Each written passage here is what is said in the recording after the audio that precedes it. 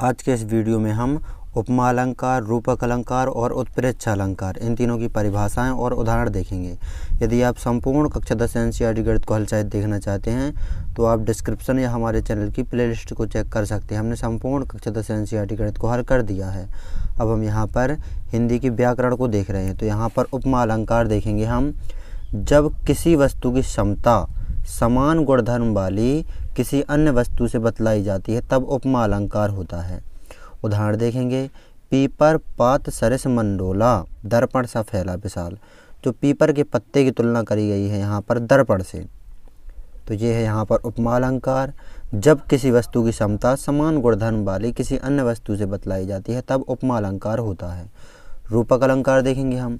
जब उपमेय में उपमान का आरोप किया जाता है। ये उपमेय और उपमान क्या है? उपमेय है यहाँ पर जिस चीज़ की तुलना की जाए और उपमान है जिससे तुलना की जाए।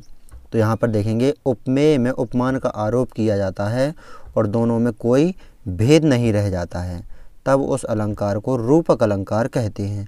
उदाहरण से आपको अच्छी तरह से समझ में आ जाएगा। उदाहरण है यहाँ पर चरण सरोज पखारन लागा।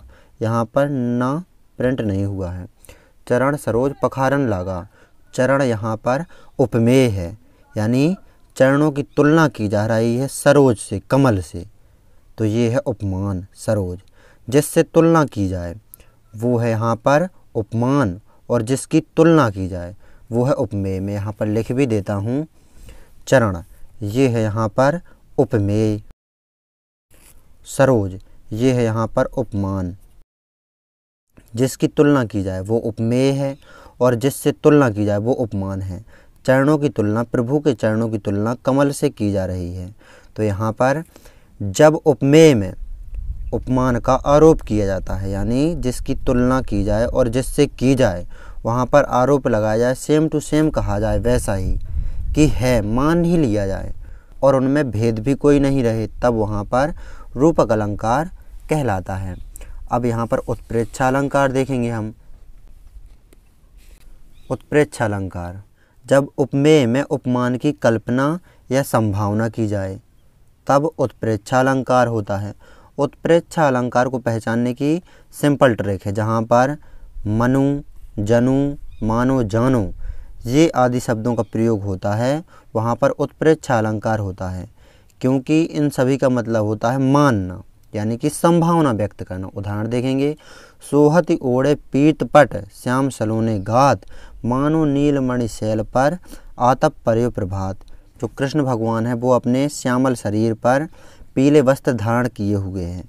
मानो यहाँ पर ये शब्द आया हुआ है। मनु, जनु, मानो, जानो, ये मानो शब्द आया हुआ। मानो माने संभावना व्यक्त हो रही है। यहाँ पर कृष्ण भगवान अपने श्यामल शरीर पर पीले वस्त्र पहने हुए हैं, जिस प्रकार नीलमणि पर्वत पर सुबह की किरण पड़ रही हो, उस प्रकार लग रहे हैं श्री कृष्ण जी पीले वस्त्र पहने हुए अपने श्यामल शरीर पर।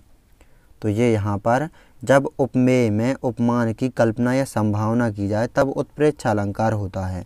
उपमेय तो जान ही गए हैं आप, जिसकी तुलना की जाए, और उपमान जिससे तुलना की जाए। उपमेय है यहाँ पर श्री कृष्ण जी का श्यामल शरीर और उपमान है यहाँ पर नीलमणि पर्वत। तो ये है यहाँ पर उत्प्रेक्षा अलंकार, रूपक अलंकार और उपमा अलंकार। इन तीनों अलंकारों को आपको अच्छी तरह से नोट कर लेना है, तैयार कर लेना है, परीक्षा की दृष्टि से महत्वपूर्ण है। यदि आप संपूर्ण कक्षा 10 एनसीईआरटी गणित को हल सहित देखना चाहते हैं तो डिस्क्रिप्शन चेक करें या फिर चैनल की प्लेलिस्ट चेक करें। तो नोट कर लीजिए इन तीनों अलंकारों को अच्छी तरह से।